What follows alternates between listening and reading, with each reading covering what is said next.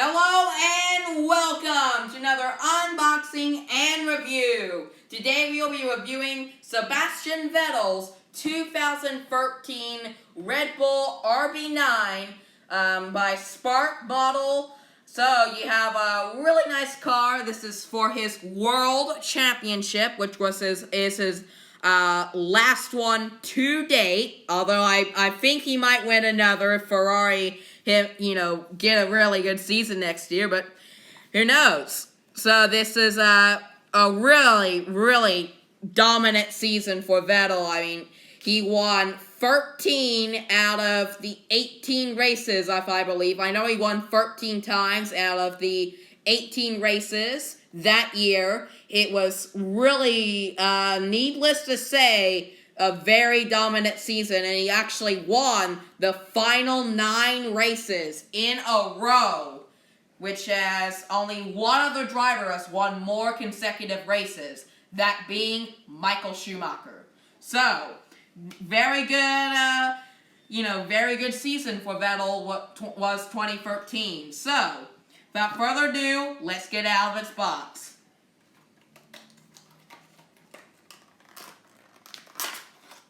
This was also the last season that they had the V8s as a, the V8 era, which I know a lot of people don't like the current V6 hybrid, which, kind of has been dominated by one team. But in, the V8 era, we had some pretty good seasons, like 2012 and 2010, which 2012 went down to the wire with Vettel and Alonso.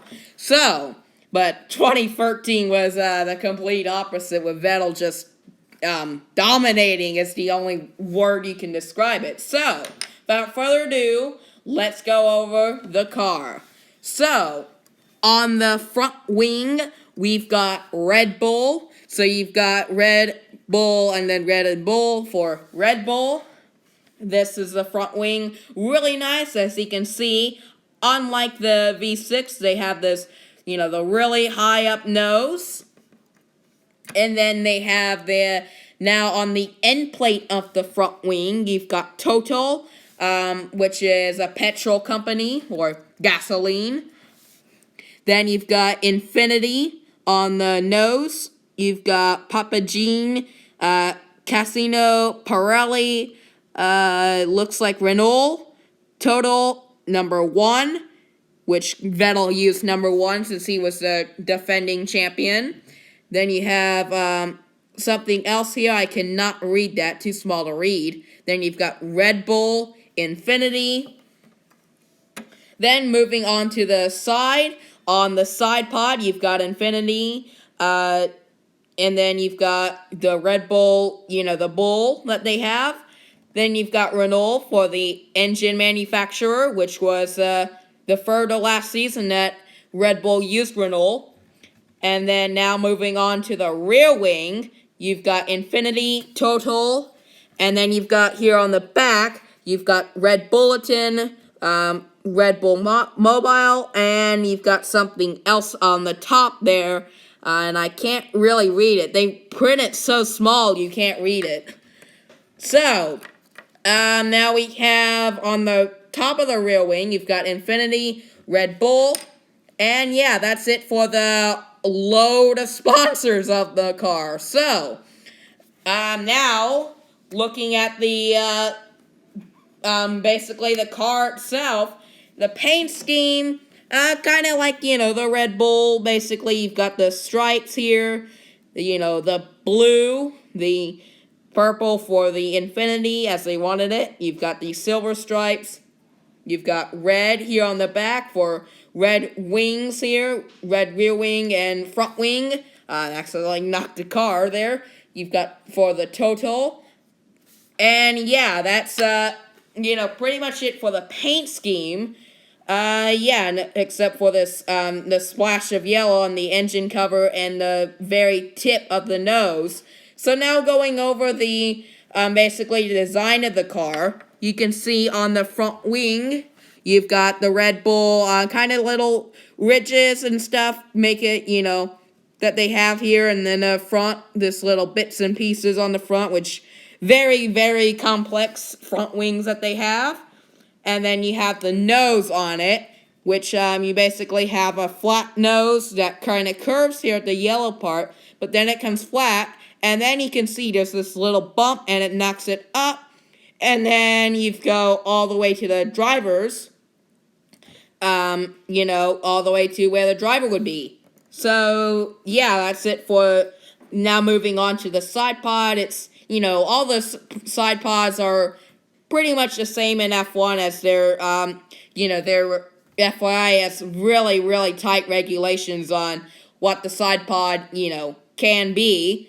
You've got the engine cover, which is kind of paper thin, that kind of tapers out here. And then you've got the rear wing, which is very flat, a very flat rear wing. But you can see here, this little hole that they have here. And then they have this little piece that sticks down. And yeah, it's interesting how the era of Formula 1 cars are. It's, you know, why Formula 1 cars? So the thing is, each team has to build their own car. Everything on this car, the rule in F1 is that the team must build everything themselves except for the engine and the gearbox, or, you know, North America, the transmission. So, yeah, that's really, you know, cool. So, I'd say it's a really, really nice diecast. Obviously, they don't have Pirelli on logos on the tires. But, by the way, they are rubber. It's fully die-cast metal. And you've got a metal front wing on the... actually, that's plastic. I'm corrected. That's plastic wings. But, you know, it's like a very, very robust plastic. I'm, like, using all my force and I can, and I can't even bend it. So, then you've got the, you know, rear wing plastic, which very, very hard plastic. And yeah, you've got the rest die-cast metal and rubber tires, and that's it. So I want to thank you for watching this video. Do a favor for me and go to sparkmodel.com where you can get these more info on these. Also, to find them, I've got this for a great deal, $12 on eBay. You can get these on eBay, and that's kind of even on some other sites, but, you know, on other sites it'll be much, much harder to find. So I recommend going on eBay to find these. So thank you for watching. Please like, comment, and smash that subscribe button. This is Zachary Tinkle, signing out.